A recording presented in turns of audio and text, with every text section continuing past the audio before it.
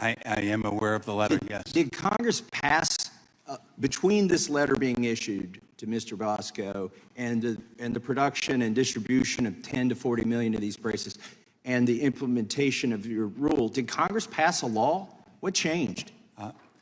Congress did not pass a law, but something did change. What changed is that item that was submitted was not produced and was not the item that was marketed. And Mr. Bosco, I think, before this committee said that people were using stabilizing braces in ways that he hadn't anticipated. Okay, let me challenge that assertion. So you say that the brace changed, and so you had to implement this rule. Well, I've got here the actual original brace that this letter was responsive to.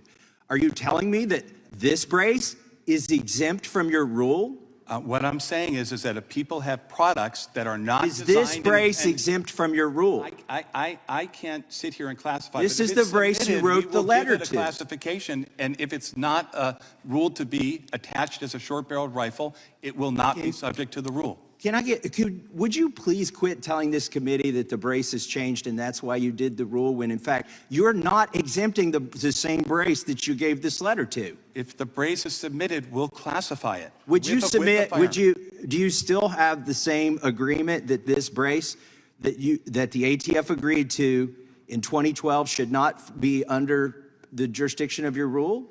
If that brace is submitted with a firearm, we will examine and classify it. If it doesn't qualify... Okay, reclaiming my time, because it's pretty obvious you're misleading people here when you say that the brace has changed, because your rule affects the braces that didn't change. How many days have passed? How many days do people have to comply with this rule? They can always comply, but the initial period... Before they're felons? But the initial period, I believe... ends at the end of May. Okay. But people end of May. So and it was 120 days. Is that correct? People are only felons if they intentionally... Is it 120 days? The law. I believe it's 120 days from the... So we've got 36 days left of the 120-day grace period. Can you tell us here today how many people have complied by registering this product? I am not sure of the exact number. I can check, though, and get back to you. There are people who are making applications. There also can be detachment. So, in other words, we don't count. That's not for us to regulate. If somebody we wrote the rule to make it easy to comply with. If somebody just at their home detaches the weapon from the brace and keeps them apart, they do not have to register anything. They can keep the brace. They can keep the business end of the gun. Okay, that's a great clarification. So you're not going to do some kind of constructive prosecution where you say, oh, you had this and you had that and you intended to connect them? They can just keep them separately? Them as we keep them separately. Okay, because that's not clear in your rules. What is the punishment if somebody is convicted as a felon under having this piece of plastic? If people are convicted of not following the Gun Control Act, it's a serious felony conviction, but that requires intent. Can you just give me the number? Is it 10 years? I believe it's a statutory maximum of 10 years. 10 years for owning a piece of plastic that you were told was legal and that you owned for a decade and that millions of people did? This is what offends the sensibilities of Americans, whether they own these or not. Do these make the gun fire more rapidly? The stabilizing... Do these increase the muzzle velocity? The stabilizing... Do these allow you're not answering any of the questions. Do these allow the firearm to carry more bullets? The stabilizing braces allow, if they're the kind that count, allow the firearm to be shouldered. Let me ask you ways that Congress determined. I'm glad you brought that up. So this is a stabilizing brace here. Here's a pistol without a stabilizing brace. Does the buffer tube, could that be shouldered? Again, that would have to be submitted to the firearms experts at ATF, and we could classify it. Do you think you have the authority to reclassify this pistol as a short-barreled rifle simply because it has a buffer tube? Again, the rule is aimed at clarifying, and there are specific factors that are set forth in the rule. Do you think you have the authority to reclassify the firearm above because it can be shouldered?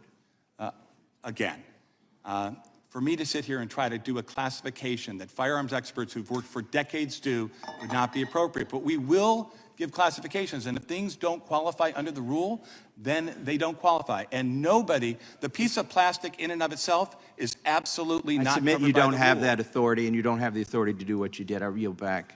The gentleman yields. Next, I'd like to recognize the gentleman from Rhode Island, Mr. Cicilline. Thank you, Mr. Chairman. To use the chairman's words, you know what Americans can't stand? You know what they hate about this town? They can't stand gun violence, and they can't stand the fact that the Judiciary Committee has done nothing about it. That's what they really can't stand. We're not here to talk about guns in the way most of us hope we would. That 40,000 Americans' lives each year are lost to gun violence, or how gun violence has become the leading cause of death of children in America, even passing car accidents, or how we've had more than 170 mass shootings this year already, or how our kids are being gunned down by assault weapons in schools again and again and again. No. Instead, Republicans have convened today's hearing to attack the agency devoted to preventing gun violence and to try to decimate its ability to keep Americans safe. During last week's vote to dismantle the ATF rule in this committee, my colleague, Mr. Ivey, posed a simple question.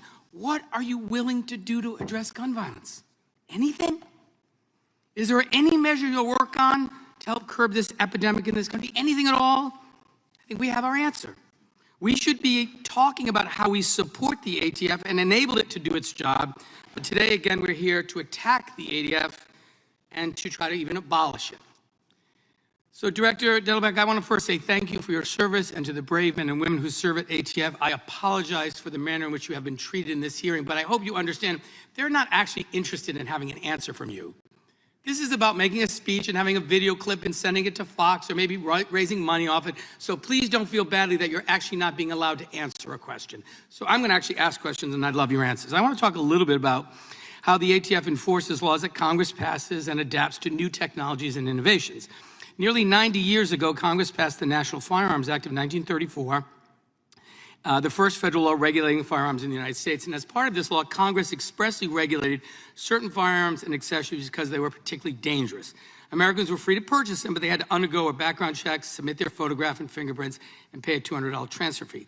Today, we live in an age of 3D printers, automatic milling machines, plastics, and carbon fiber. Part of the National Firearms Act covers machine guns, guns that fire repeatedly with one pull of a trigger.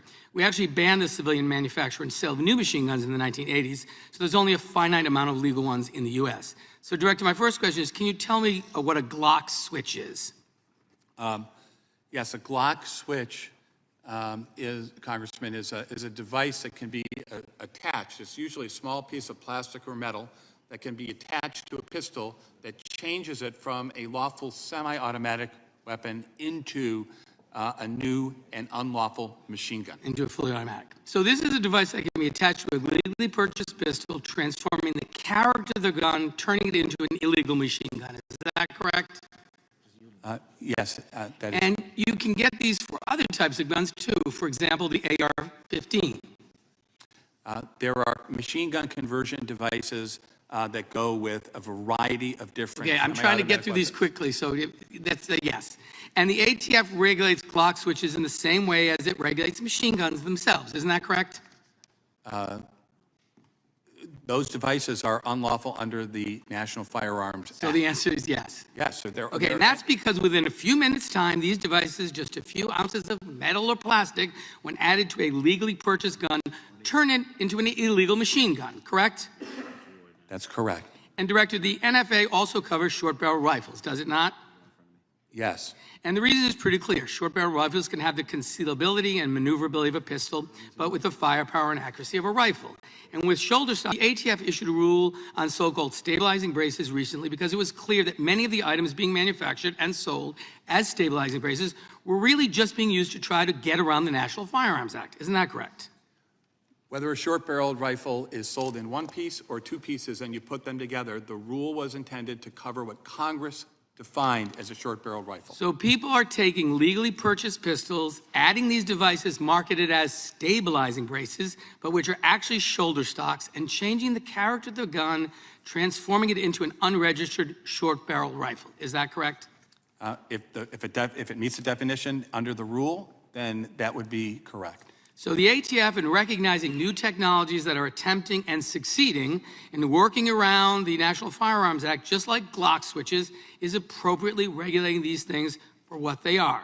My colleagues argued the other day that just a few ounces of plastic and metal can't transform a legal gun into an illegal one, but it sounds very much like you would disagree. Is that correct? They're not illegal. Congress has determined that there are additional safeties and regulations that apply to certain kinds of particularly dangerous weapons. Thank you. And you can keep them. You just have to follow the rules that Congress has set up to follow those controls. Thank you. And Mr. Chairman, I have a unanimous consent request.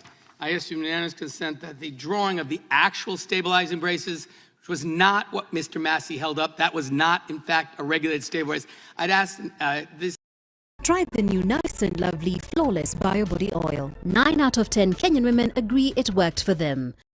This document, which is the actual diagram of an actual stabilizing brace that was prohibited by ATF, so the record is not only complete, but accurate. Be submitted into the record. So ordered. I'm just glad the guy's not holding up a picture of a bump stock. The gentleman yields back. Next, I'd like to recognize